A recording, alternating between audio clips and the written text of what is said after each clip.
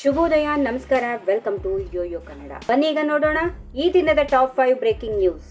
ಬೆಂಗಳೂರು ನಗರದಾದ್ಯಂತ ಭಾರಿ ಮಳೆಯಿಂದಾಗಿ ಜನಜೀವನ ಅಸ್ತವ್ಯಸ್ತವಾಗಿದ್ದು, ಈ ನಡುವೆ ಇಂದು ಸಿಎಂ ಸಿದ್ದರಾಮಯ್ಯ ಹಾಗೂ ಡಿಸಿಎಂ ಡಿಕೆ ಶಿವಕುಮಾರ್ ಅವರು ವಾರ್ ರೂಮ್ಗೆ ಭೇಟಿ ನೀಡಿ ಮಳೆ ಹಾನಿ ವೀಕ್ಷಣೆ ಮಾಡಿದ್ರು.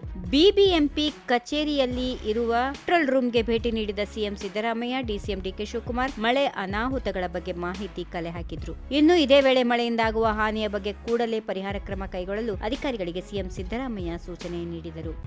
ನಾನು ಕೂಡ ಸಚಿವ ಸ್ಥಾನದ ಆಕಾಂಕ್ಷಿ. ಸಚಿವ ಸಂಪುಟ ವಿಸ್ತರಣೆ ಆದರೆ ನನ್ನನ್ನ ಪರಿಗಣಿಸಬೇಕೆಂದು ಉಪಸಭಾಪತಿ ರುದ್ರಪ್ಪ ಲಮಾಣಿ ಆಗ್ರಹಿಸಿದ್ದಾರೆ. ನಮ್ಮ ಸಮುದಾಯದಿಂದ ನಾನೊಬ್ಬನೇ ಶಾಸಕನಿದ್ದೇನೆ, ಹೀಗಾಗಿ ಸಂಪುಟ ವಿಸ್ತರಣೆಯಾಗುವ ವೇಳೆ ನನ್ನನ್ನು ಪರಿಗಣಿಸಲಿ. ಕಳೆದ ಬಾರಿಯೂ ನನಗೆ ಸಚಿವ ಸ್ಥಾನ ಸಿಗುವ ಸಾಧ್ಯತೆ ಇತ್ತು, ಆದರೆ ರಣದೀಪ್ ಸಿಂಗ್ ಸುರ್ಜೇವಾಲಾ ಅವರು ಡೆಪ್ಯೂಟಿ ಸ್ಪೀಕರ್ ಮಾಡಿದ್ರು. ನಾನು ಸಚಿವ ಸ್ಥಾನದ ಪ್ರಬಲ ಆಕಾಂಕ್ಷಿಯಾಗಿದ್ದೇನೆ. ಸಚಿವ ಸಂಪುಟ ವಿಸ್ತರಣೆ ಆದರೆ ನನ್ನನ್ನು ಪರಿಗಣಿಸಲಿ ಎಂದು ಹೇಳಿದರು.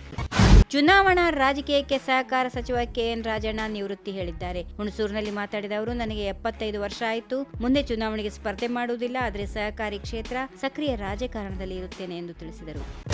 ರಾಜ್ಯ ಸರ್ಕಾರ ಕೇವಲ 2 ವರ್ಷದ ಸಂಭ್ರಮಾಚರಣೆ ಮಾಡುತ್ತಿಲ್ಲ. ಭೂ ಗ್ಯಾರಂಟಿ ಯೋಜನೆ ಮೂಲಕ 1 ಕೋಟಿಗೂ ಹೆಚ್ಚು ಜನರಿಗೆ ಭೂ ದಾಖಲಾತಿ ಪತ್ರ ನೀಡಿ ಅವರ ಋಣ ತೀರಿಸುವ ಕೆಲಸ ಮಾಡುತ್ತಿದ್ದೇವೆಂದು ಡಿಸಿಎಂ ಡಿಕೆ ಶಿವಕುಮಾರ್ ತಿಳಿಸಿದರು. ಪ್ರತಿಯೊಬ್ಬ ವ್ಯಕ್ತಿಗೂ ತಾನು ವಾಸವಿರುವ ಜಾಗವನ್ನ ತನ್ನದಾಗಿಸಿಕೊಳ್ಳುವ ಆಸೆ ಇರುತ್ತದೆ. ಪರಿಶಿಷ್ಟರು, ಹಿಂದುಳಿದವರು ಹಾಗೂ ಭೂ ರಹಿತವಾಗಿ ಇರುವವರು ಕಳೆದ ಹಲವು ವರ್ಷಗಳಿಂದ ದಾಖಲೆ ಇಲ್ಲದೆ ಮನೆ ಕಟ್ಟಿಕೊಂಡು ಪರದಾಡುತ್ತಿದ್ರು. ಹೀಗಾಗಿ ನಮ್ಮ ಸರ್ಕಾರ ಇದಕ್ಕೆ ಪರಿಹಾರ ನೀಡಿದೆ ಎಂದು ಹೇಳಿದರು.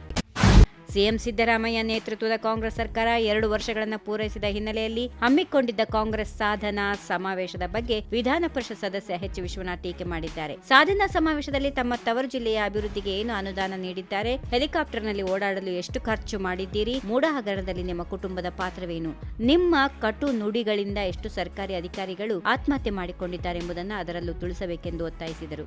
ಈ ವಿಡಿಯೋ ನಿಮಗೆ ಇಷ್ಟವಾದಲ್ಲಿ ಲೈಕ್ ಮಾಡಿ, ಶೇರ್ ಮಾಡಿ, ಸಬ್ಸ್ಕ್ರೈಬ್ ಮಾಡಿ.